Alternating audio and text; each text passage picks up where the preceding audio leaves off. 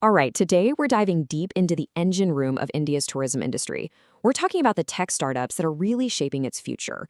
We're going to break down a fascinating report, the Smallference TourismTech Founder Sentiment Index. This thing actually measures the confidence, the challenges, and the hopes of the founders themselves. So let's get right into the data. So here's our game plan. First, we'll hit you with the big headline number, the overall sentiment score. Then we're going to dissect what actually makes up that score. We'll look at the key things pushing the industry forward versus what's dragging it down. And of course, we'll see what founders are expecting for the future before wrapping it all up with the bottom line. Okay, section 1, B headline number. Let's not waste any time. We're getting straight to the most important finding. What is the current confidence level in the sector, like right now? And here it is, a 63 out of 100.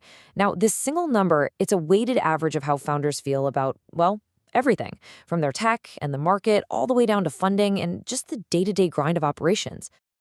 So what does a score of 63 actually mean in plain English? Well, the index calls it neutral to mildly positive. It's not exactly a booming vote of confidence, right? But it's not doom and gloom either. It's more like the industry sees a lot of potential, but they're also staring some pretty big challenges right in the face. All right, moving on to section 2. Let's get behind that score. You see, a 63 is just an average, and averages can be deceiving. To really get what's going on in tourism tech, we have to break that number down into its 7 core pillars. Trust me, this is where the real story is. And wow, here they are. Look at that range. The difference in confidence is just massive. I mean, you've got tech way up there at 81 and market at a strong 72. Then there's this clump in the middle, policy, revenue, ops, all just kind of moderate. But then look all the way at the bottom. Funding, just a 41. That's low. And you know what? That's the whole story right there. It's all in that contrast. The entire narrative of India's tourism tech sector right now can be explained by looking at those two extremes, the sky-high optimism on one end and that deep, deep concern on the other. Let's start at the very top. That tech score of 81, that is incredibly high. It tells us that founders have a ton of confidence in using tools like AI and machine learning to completely change how we travel. Bottom line, they believe the tech is here and it's ready to go. Okay, now let's swing to the complete other end of the spectrum, funding. Just 41. This isn't just a low number, it's a huge red flag. It's a clear signal of distress.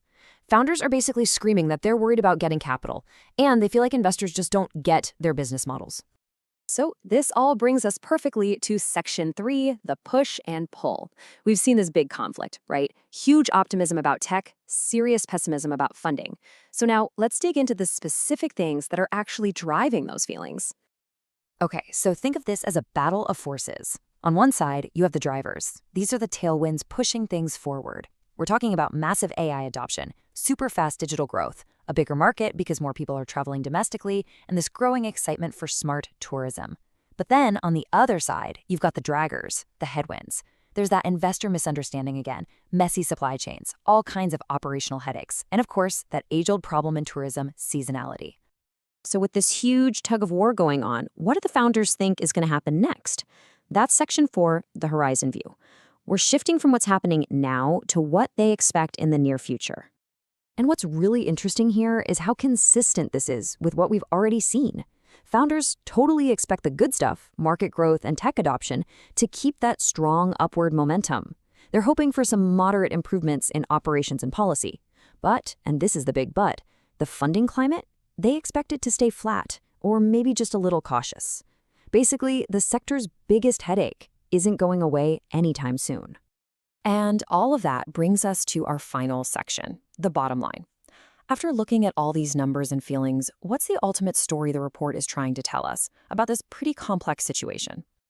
You know, the report uses some very specific language here. It calls this a pivotal phase. And that's a big deal. It means we're at a critical turning point.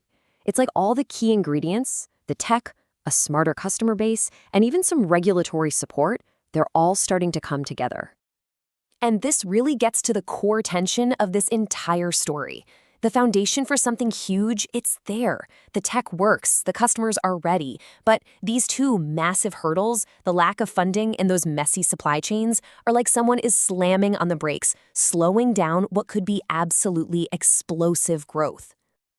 So this is the critical question we're left with. The potential? It's undeniable. The tech is ready, the market is growing, but can this sector overcome these massive, persistent hurdles with funding and the supply chain? Can it finally unlock all that potential and go from just mildly positive to full-on accelerated growth? That's the billion-dollar question, and it's both the biggest challenge and the biggest opportunity for everyone involved.